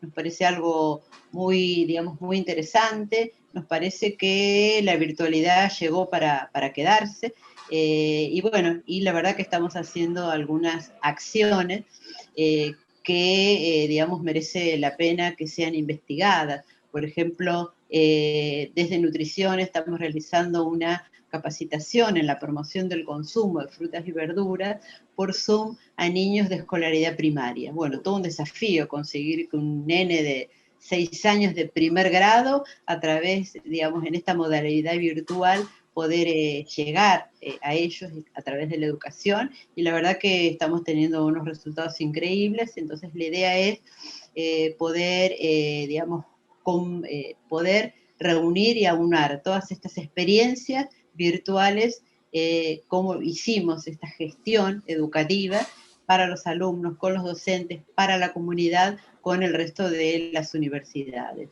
En nuestro caso lo hicimos en el marco de las prácticas intensivas integrales y las prácticas de nutrición en salud pública. Y para terminar, esta foto me encanta, y creo que es el espíritu que tenemos en la universidad. Esta es la foto donde el año pasado fuimos a Sonrisas, este es en una de las sedes, donde yo creo que tenemos este espíritu, ¿no?, de varias carreras de la universidad en pos de la educación, en pos de la salud, en pos de la prevención, y creo que, bueno, digamos, esto nos resume un poco hacia dónde podríamos estar yendo con nuestros proyectos de investigación. Básicamente esto era lo que quería compartir con ustedes, y bueno, quería ajustarme un poco al tiempo, así que bueno, les agradezco muchísimo esta invitación, y gracias por su atención. Muchas gracias, Marcela, muy interesantes las presentaciones, y además quiero rescatar, como ha pasado con las anteriores, que noten que hay una gran interrelación con universidades y centros de investigación de otros países. Hasta ahora estamos viendo un poco más de prevalencia de las investigaciones biológicas. Ahora vamos a hacer un pequeño cambio, porque vamos a pasar a la carrera de multimedia, y van a presentar Valeria Drelichman y Facundo Colandoni. Hola a todos, gracias Alfredo por el espacio. Como comentaba recién Alfredo, nosotros vamos a hablar un poco de lo que hacemos en la carrera de multimedia, puntualmente de uno de los proyectos que están en curso, que es sobre estrategias lúdicas para la creación colaborativa de universos transmedia, de universos narrativos. ¿Vale? Sí, ahí está. ¿De dónde surge este proyecto? Nace de una línea que venimos trabajando hace bastante tiempo, donde buscamos explorar el cruce entre la educación las competencias transmedia y los videojuegos. Y en este proyecto en particular, bueno, incluimos una propuesta donde hay un trabajo con estudiantes y donde abordamos una metodología para el desarrollo de universos narrativos transmedia, que ahora voy a explicar un poquito más de qué se trata. Antes de eso, comentarles que el equipo de este proyecto está conformado por 4 docentes de la carrera, bueno, Valeria y yo, que somos los coordinadores, y Sofía Álamo, docente de las materias de comunicación, y Durgan Nalar, docente de las materias de videojuegos. También en el desarrollo de este proyecto después se fueron involucrando otras materias, ahora les vamos a contar. Bueno, para introducirnos un poco en el tema, hablaba de narrativas transmedia y de estructura lúdica. Las narrativas transmedia básicamente tienen que ver con la manera en que se cuentan hoy las historias, ¿sí? Todos los productos culturales que nosotros consumimos hoy vienen por distintos medios, por distintas ventanas, es decir, no conocemos una historia completa en una película, en un libro, o en una serie web, o en algún otro dispositivo, sino que la conocemos a medida que vamos explorando distintas ventanas. Muchas veces sucede que la historia completa en realidad nunca la llegamos a conocer. Historias de cualquier tipo y en cualquier ámbito, no solo en la industria del entretenimiento. Pero bueno, el vínculo que encontramos acá es que para poder construir las historias, las narrativas transmedia, hay una relación con lo que son las estructuras lúdicas, que es básicamente la forma en que se piensan los juegos, ¿sí? Es decir, la manera en que se piensa un juego, puede ser un juego de mesa o un videojuego, tiene que ver también con la manera en que se puede construir una historia, una narrativa transmedia. Y a partir de ese vínculo que encontramos, que tomamos como punto de partida, empezamos a trabajar una serie de talleres, en realidad en una metodología que empezamos a bajar en una serie de talleres, en primer lugar orientados a productores y a personas del ámbito audiovisual y de los videojuegos, donde explicábamos esta metodología para pensar historias de manera transmedia, aplicando la estructura lúdica. Y después nos empezamos a involucrar más en el ámbito educativo con este taller, porque encontramos un potencial didáctico de esto, ¿no? De esta forma nace lo que sería la primera etapa del proyecto, donde llevamos a las aulas y a distintas materias la propuesta de que los estudiantes creen sus propios universos narrativos transmedia, que los piensen ya desde su origen como historias que se van a contar a través de múltiples ventanas, y que lo hagan además en distintas materias, es decir, involucramos a docentes de distintas materias con distintas propuestas donde los grupos de estudiantes puedan crear estos universos narrativos partiendo de esta misma metodología que vincula esta estructura lúdica y narrativa transmedia. Lo que hicimos fue basarnos en las competencias transmedia, ¿sí? Lo que hacemos es pensar en qué es lo que ya saben nuestros estudiantes, cuáles son las herramientas y los conocimientos que tienen y cuáles pueden adquirir en el manejo de los medios, en el uso de la comunicación, en contar historias, en desarrollar y en diseñarlas. Ahí se ven algunos de los trabajos que se llevaron a cabo en esta primera etapa en el 2018, que van desde diseño de videojuegos hasta análisis de productos culturales a través del diseño de esos análisis en las materias de comunicación, de campañas de vía pública, bueno, todo también con diferentes temas, pero con un componente narrativo fuerte y que cruzaba los medios, es decir, más de un medio. Bien, hasta acá la primera etapa. Lo que nosotros hacíamos en esta primera parte era poner el foco en el análisis sobre cómo implementaban los estudiantes esta metodología y, por otro lado, si ponían en práctica las competencias transmedia que nosotros habíamos identificado, ¿no? Competencias de trabajo en equipo, de diseño, de edición de contenidos, de producción de contenidos, distintos tipos de competencias vinculados al alfabetismo transmedia. Ahí en esos gráficos se ve un poco la propuesta, en este último se ve incluso las competencias que no esperábamos que se apliquen y que se aplicaron también, y qué es lo que sucedió al implementar esta metodología en el trabajo en el aula. Ahora Vale les va a comentar un poco cómo siguieron las etapas de este proyecto.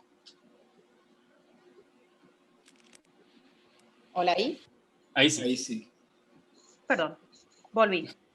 Les decía, después del aprendizaje del primer año, en la segunda etapa, lo que planteamos fue que al construir el universo ya no sean distintos universos como había sido en la primera etapa, sino que todos los alumnos de la carrera, los 4 años, trabajaran en conjunto realizando un universo colaborativo. Este universo permitía funcionar como insumo para los distintos trabajos prácticos que se realizaron en las materias. Participaron 10 materias diferentes este año, y los trabajos prácticos a su vez expandían el universo. Una de las particularidades de un universo narrativo transmedia es que el objetivo es que siempre siga expandiéndose con la colaboración tanto de los que iniciaron este mismo universo como quienes se van sumando después, y uno de los conceptos que se trabaja es el de prosumidor. Los consumidores no solo consumen, también producen. Uno de los resultados más interesantes que tuvimos es que los alumnos empezaron a trabajar en ideas propias, independientemente de las que les pedíamos nosotros en las materias, y de hecho una iniciativa de ellos fue proponer el desarrollo de una nueva plataforma. En el 2019 la plataforma que utilizamos para tener todo el contenido que se producía es esta que están viendo ahora, que es una plataforma estándar pensada para otras cosas, no para universos. Por eso surgió esta propuesta.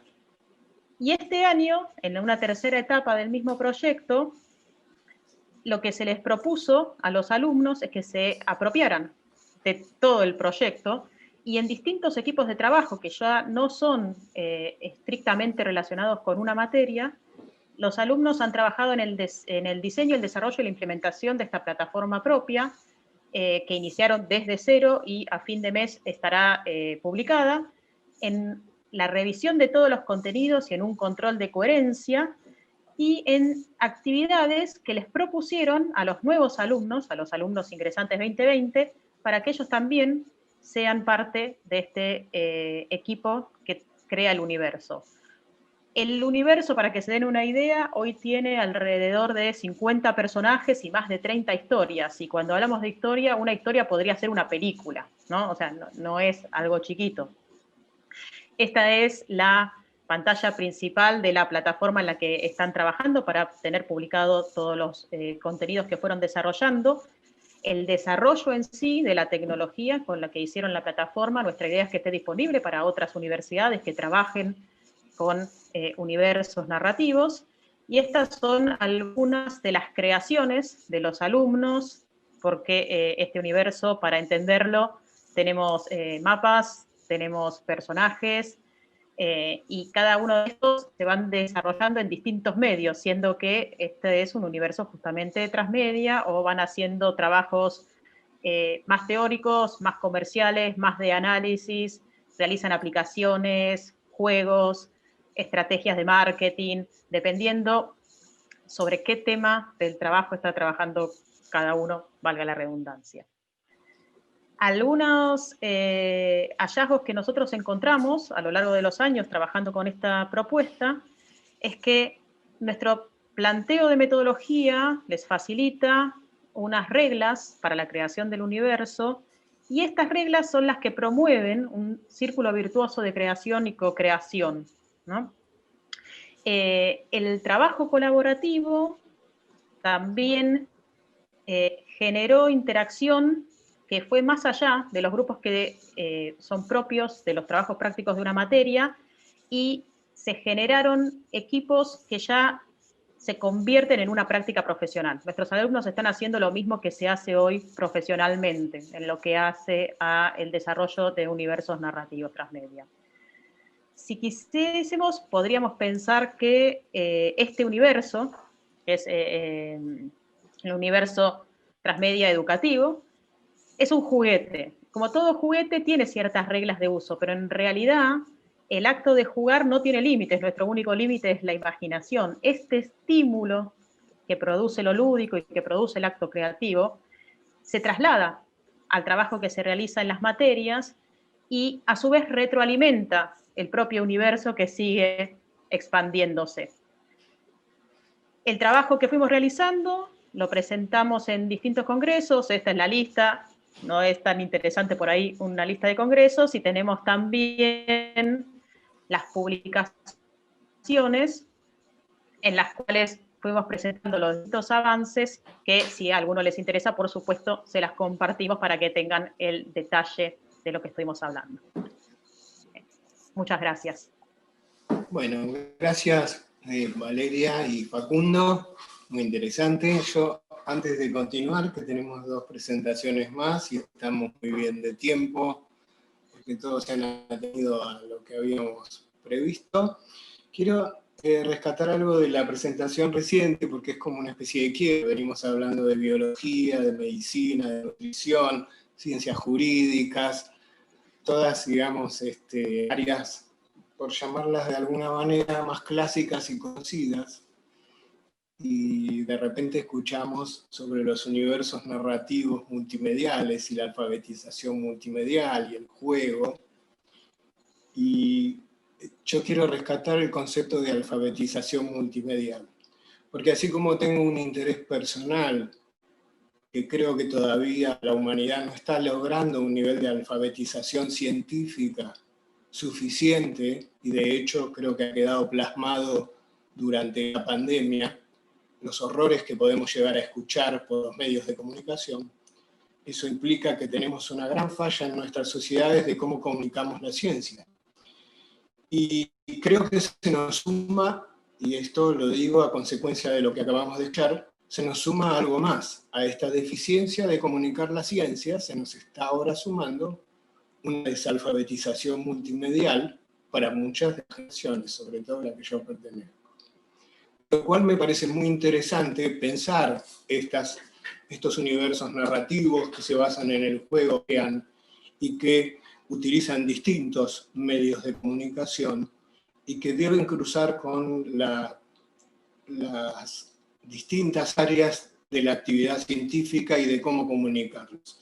Porque independientemente de las vías de comunicación clásicas, el paper, el congreso, que es para especialistas, la llegada a una gran población, y sobre todo joven, es necesariamente a través de elementos multimediales, donde ellos encuentran un recorrido mucho más simple que tal vez estar leyendo un paper. Bueno, quería comentar eso, además la gente de multimedia sabe que yo juego bastante con esto de poner multimedia en ciencia. Hicimos una experiencia que no sé cómo está andando, pero bueno, sobre generar podcast científicos. Está dando. Y seguiremos insistiendo con el tema. Y les pido a las carreras que también lo consideren y lo tengan en cuenta, ¿sí? Divulgar lo que se hace, ya sea en ciencias jurídicas, en nutrición, en enfermería, es importantísimo, y utilizar los métodos recientes y más actuales aumentan la llegada. Bueno, vamos a seguir ahora, cambiamos también un poquito, nos vamos a la carrera de psicología. En este caso va a presentar el doctor Hugo Simkin y lo acompañan Gisela Mastrangolo y Cecilia Giacarini, que trabajan con él acá en la universidad. Adelante, Hugo. Muchas gracias, Alfredo, gracias por participarnos en el espacio. Seremos muy breves. Vamos a ver. Díganme si se está viendo el PowerPoint correctamente. El objetivo es describir brevemente lo que se ha estado trabajando en los últimos años en la carrera de psicología en la universidad. Desde el 2010 hemos acreditado 4 proyectos en la universidad, un proyecto por fuera de la universidad, en la agencia I+D+I, lo que anteriormente era la ANSIP, y actualmente tenemos en evaluación un proyecto PIP del CONICET.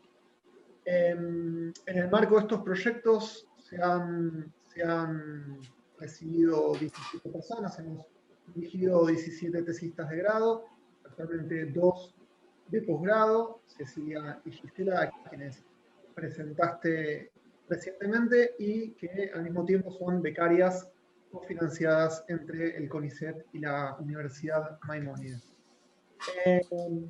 Cerca de 43 artículos hemos podido redactar en los últimos años, cerca de 38 eventos científicos, 6 capítulos de libros.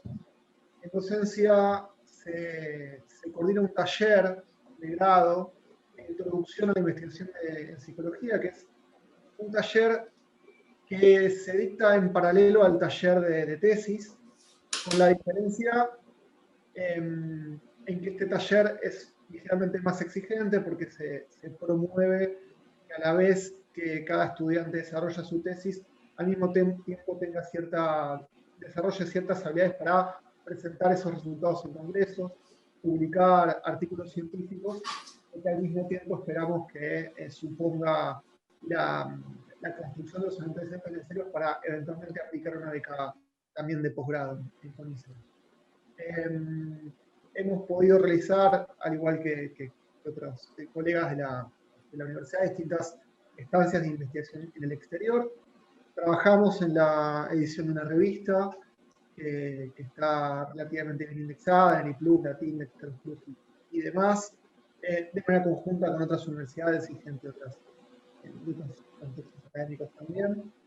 Y en términos de membresías, participamos de una de las asociaciones a mi juicio más relevantes nacional, que es para el avance de la ciencia psicológica, la ACP, justamente en la división 10, y de una de las sociedades, a mi juicio, también más relevantes a nivel regional, que es la Sociedad Interamericana de Psicología, donde constantemente intentamos interactuar con pares de otras universidades y de otras regiones. Concretamente, las líneas de investigación que venimos trabajando en los últimos años se han enfocado en la idea del trauma, del estrés postraumático, de la centralidad de los eventos traumáticos en la identidad de las personas, en relación con otras variables psicológicas, con la personalidad, por ejemplo. Una colega había administrado el miopil, nosotros también hemos trabajado con instrumentos similares, con la espiritualidad, con la religiosidad, con distintas variables vinculadas al impacto de los eventos traumáticos en la salud mental de las personas. Concretamente, una de las líneas está orientada específicamente al maltrato infantil en relación al trauma, al papel del apoyo social, de la centralidad de los eventos traumáticos, también al desarrollo de síntomas de estrés postraumático. Hemos tenido también alguna vinculación con psiquiatría. En el pasado estamos intentando desarrollar ahí una línea en común. Y una segunda línea tiene relación con la idea de el trauma, pero específicamente en veteranos de la Guerra de Malvinas. Tenemos ahí vinculación con la Universidad de Defensa Nacional, que gentilmente nos ha permitido contactar veteranos de la Guerra de Malvinas. Estamos avanzando lentamente bueno, ambos estudios tienen un enfoque cuantitativo, transversal, trabajamos con escalas, con instrumentos de evaluación psicológica. En particular, el segundo proyecto tiene que contemplar también un aspecto cualitativo para poder profundizar algunas cuestiones vinculadas con las experiencias traumáticas en esta población. No quisiera extenderme mucho más. Tenemos unos desafíos por delante. Incrementar el financiamiento externo, creo que es una deuda que tenemos pendiente. Fortalecer lazos con equipos internacionales. Algunas de las líneas que estuvimos trabajando, las hemos trabajado con profesores de la Universidad de Israel. Y desde ya promover nuevas líneas de investigación conducente de la carrera. La psicología es, en todas las universidades, tiene una orientación muy profesional. En líneas generales, el estudiante que cursa psicología está pensando, quizás a diferencia de lo que sucede en sociología, en antropología, quizás el estudiante de psicología está pensando en la atención clínica, es lo primero que se le viene a la mente. Entonces, me parece que es un desafío ir dándole un lugar creciente a la investigación, la formación, en la carrera de psicología, para que el estudiante pueda encontrar nuevos horizontes y para que también el docente de la carrera, la docente de la carrera pueda ir dándole también cierto espacio al margen de la práctica docente para la investigación, para desarrollar ciertos temas que puedan ser de interés. No sé si mi compañera Gisela, Cecilia quieren aportar algo, decir alguna palabra, lo pueden hacer. Hola, buenas tardes. Sí, agregar que en el marco del proyecto hemos trabajado en validar distintas escalas que permiten conocer los distintos constructos con los que trabajamos. En Argentina son pocas las escalas validadas a las que tenemos acceso, digamos, adaptadas y validadas, que permiten medir la confiabilidad del instrumento. En el marco de este proyecto se ha trabajado en pos de adaptar y validar varias de las escalas que se han utilizado.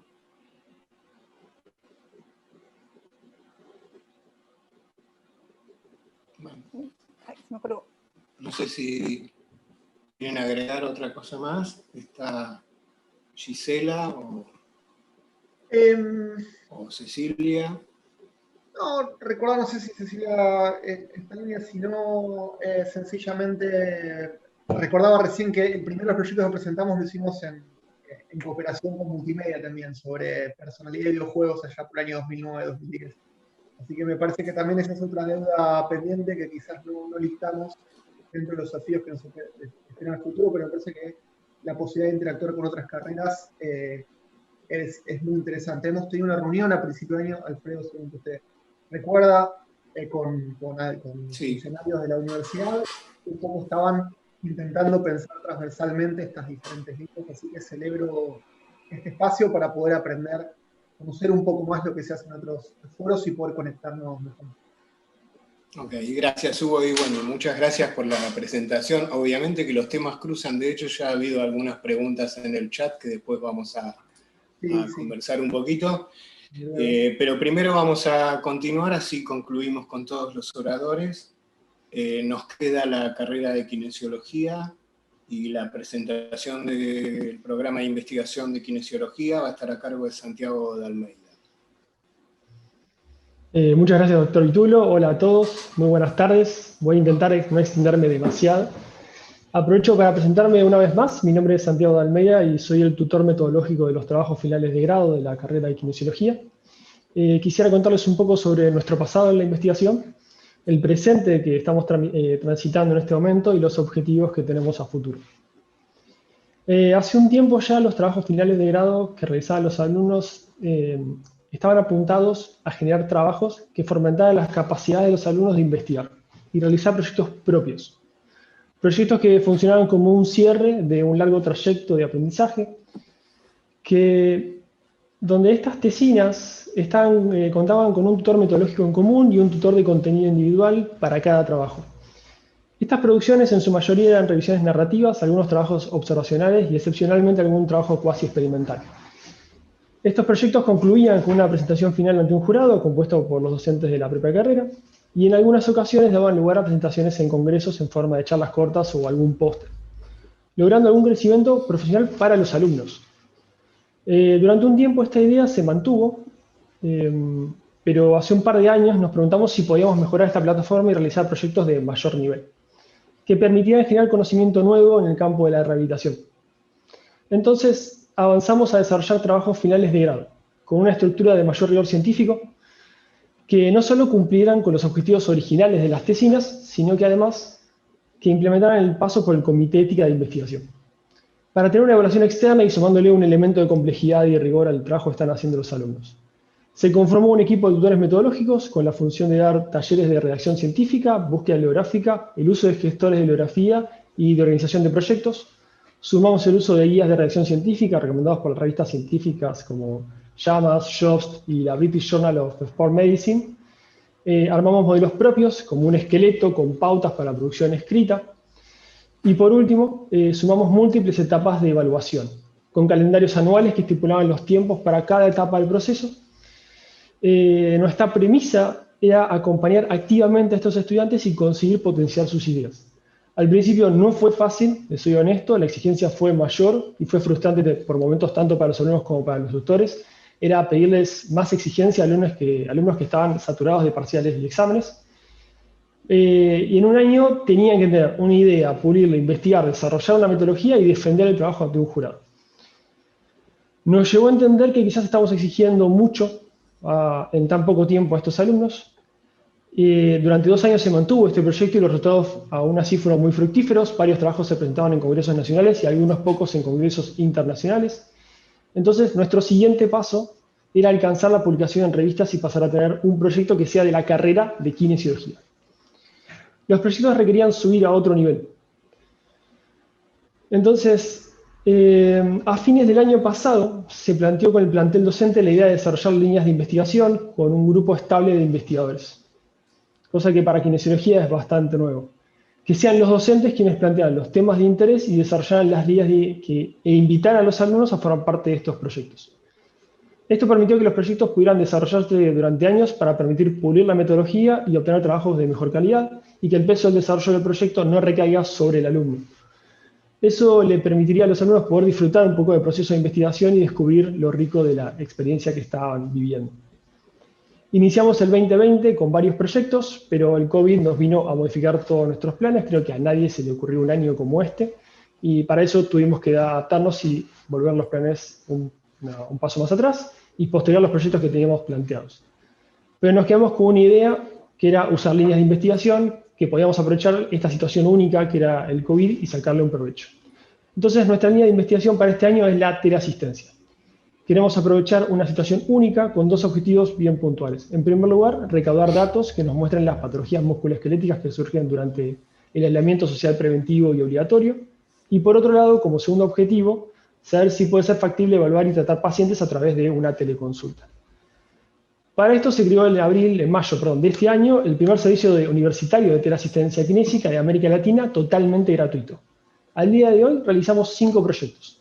3 trabajos observacionales que evalúan la prevalencia de las patologías musculoesqueléticas durante las ASPO, un trabajo experimental donde se administra un protocolo de elongación y lo comparan con un grupo placebo a través de teleconsulta, y por último, un trabajo observacional retrospectivo que evalúa la experiencia de los pacientes que hayan pasado por el sistema de teleconsulta.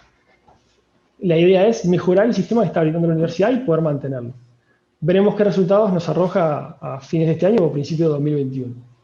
Y por último, para concluir, los planes que tenemos a futuro. En paralelo seguimos trabajando y definiendo nuestras líneas de investigación para el 2021. Uno de los temas más actuales dentro de la kinesiología son las terapias invasivas, y nuestra primera línea de investigación es en puntos gatillo. Explicado muy brevemente, son dolores locales o irradiados generados por una contractura en un punto focal, en forma muy resumida. Tenemos un trabajo ya aprobado por el Comité de Ética este año para ser realizado durante el 2021 hasta el 2023. El director del proyecto es el doctor Oscar Roncio, y el objetivo principal es comparar los efectos de las terapias invasivas sobre el dolor y el tono muscular. Vamos a medirlo con algometría, que es medir cuánta presión tengo que hacer para poder generar dolor, y con electromiografía de superficie, que nos va a informar el nivel de activación que tiene ese músculo. Esto en sujetos sanos entre 18 y 48 años de ambos sexos que presenten puntos gatillo miofaciales en el trapecio superior. Va a ser una investigación clínica aleatorizada, simple ciego, con evaluador sesgado. El muestreo va a ser no probabilístico por conveniencia, con asignación aleatoria digital.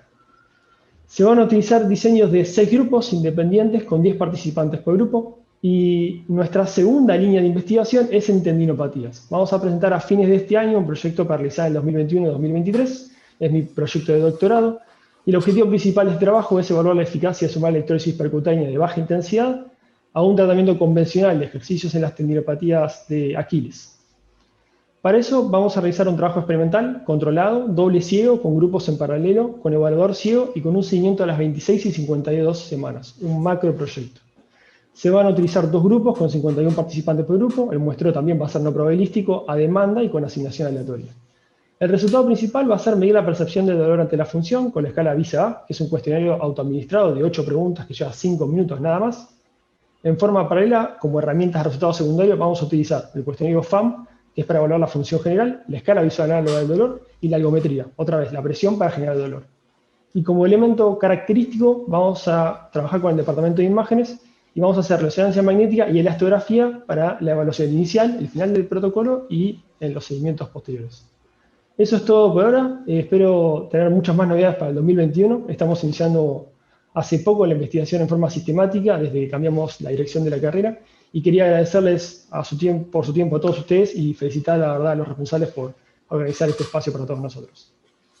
Bueno, muchas gracias Santiago por la presentación, que la verdad fue muy clara. Interesante conocer los proyectos que está desarrollando la licenciatura en kinesiología. Bueno, con la presentación de Santiago hemos llegado al final de los oradores. Hay varias preguntas, así que yo, si quieren, les propongo que podemos abrir los micrófonos y se pueden hacer las preguntas y que haya un poco más de interacción.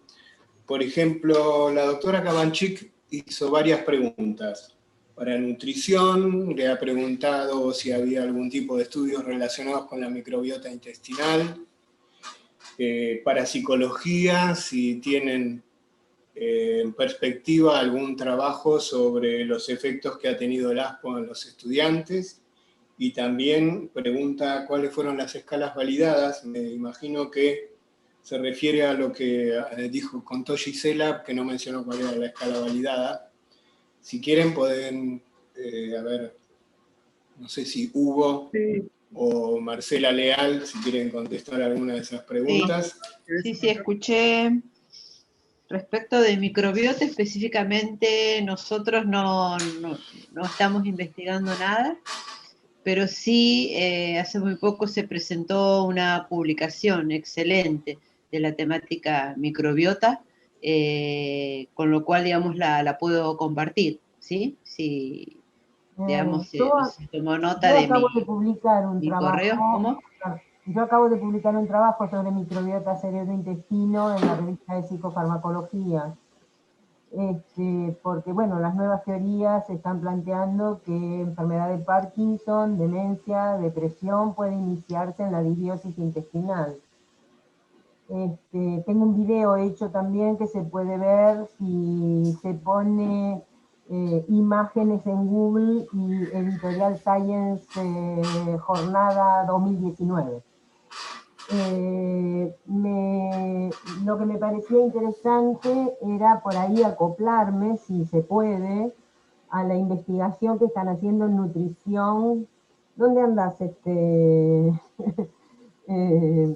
No la veo a Mariñaski ahora. Bueno, como, digamos, se podría por ahí ver si cómo se está alimentando el anciano y qué riesgo de deterioro cognitivo está apareciendo. Sí, me parece una iniciativa excelente, así que quedemos en contacto. Lo podemos charlar, ¿cómo no? Bien, gracias.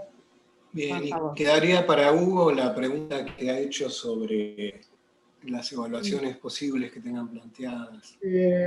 Bueno, en la Argentina no son tantas las escalas que tenemos validadas, así que si bien nuestro interés no es estrictamente psicométrico, muchas veces tenemos que ocuparnos de las validaciones de escalas para poder hacer investigación. Al momento validamos la escala Mini-PIP para la evaluación de la personalidad, es una versión similar al NeoPIR que utilizan, pero reducida a 20 ítems. Sobre trauma, trabajamos en la evaluación de la ITQ, que es una escala muy reciente, también de muy pocos ítems, que está en evaluación, todavía no fue publicada esa escala. Y trabajamos también en una que nos interesó mucho, llamada escala de centralidad del evento, que lo que evalúa no es técnicamente el trauma, sino la incorporación a la identidad, la medida a la identidad del evento traumático. En qué medida el evento traumático se considera parte del self. Después hemos trabajado en la escala del miedo a la muerte, es una escala que en este contexto estamos utilizando bastante. Hemos trabajado en una escala que evalúa espiritualidad y religiosidad, Aspires. Hemos trabajado en autotrascendencia espiritual, es otra escala que también hemos validado en el equipo. Bueno, seguramente se me olviden, pero hemos tenido que validar varias escalas. La escala de propósito en la vida es muy interesante, la que originalmente se desarrolló Kumak y Mahalik con apoyo de Frank, y la escala de balance afectivo, que es una escala que evalúa afecto positivo y negativo en la línea del PANAS, pero la de Bradburn es un poco anterior, a mí me gusta un poco más, se usa menos, pero me gusta un poco más. Pero bueno, en todo caso después les compartimos, si quieren, si no me quiero tampoco atrasar a todo el mundo. Gracias. Escalas que hemos venido trabajando. Perdón, quería comentar, Alfredo, también Sí. en relación a Hugo Simkin, que yo había comentado en el foro que ellos trabajan en la línea del estrés postraumático, que forma parte de nuestra indagación en demencias, del camino hacia las demencias, así que ahí habría una convergencia posible, ¿no? Sí. Bueno, gracias Hugo, gracias Graciela. Había otra pregunta que creo que también, no sé, yo anoté acá, estaba en el chat de la doctora Cabanchik, que me pareció muy interesante. Ya está. No. Sí, bueno, no sé, acá hay una pregunta que es, ¿cómo se pueden utilizar estos universos narrativos que describieron las personas de multimedia para la estimulación cognitiva en adultos? No, yo no fui. Bueno. Ok. No sé quién hizo la pregunta, ahora no la vuelvo a encontrar. Pero si está Valeria o Facundo, se tuvo que retirar porque tenía otra actividad. No sé si... De cualquier manera, me parece un tema interesante porque hace mucho tiempo que se hacen talleres de narrativas como estimulación cognitiva. Una de las personas que había trabajado en esto, es decir, hace más de 20 años que se hicieron talleres de narrativa, fue Bernardo Kleinman. Hay trabajos escritos sobre ese tema. Sí, pero digamos, me imaginaba yo que la pregunta venía por el uso multimedial. Claro, narrativa. ¿Cómo? Perdón.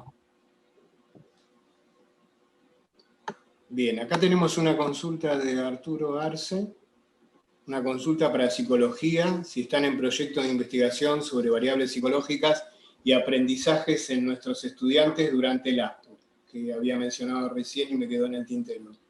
Casualmente estamos trabajando en algunas cuestiones vinculadas al ASPO, pero no en estudiantes, no en aprendizajes. Tenemos otro estudio sobre aprendizajes, pero no vinculados al ASPO, así que no hemos cruzado esas dos líneas, sería interesante hacerlo. Okay.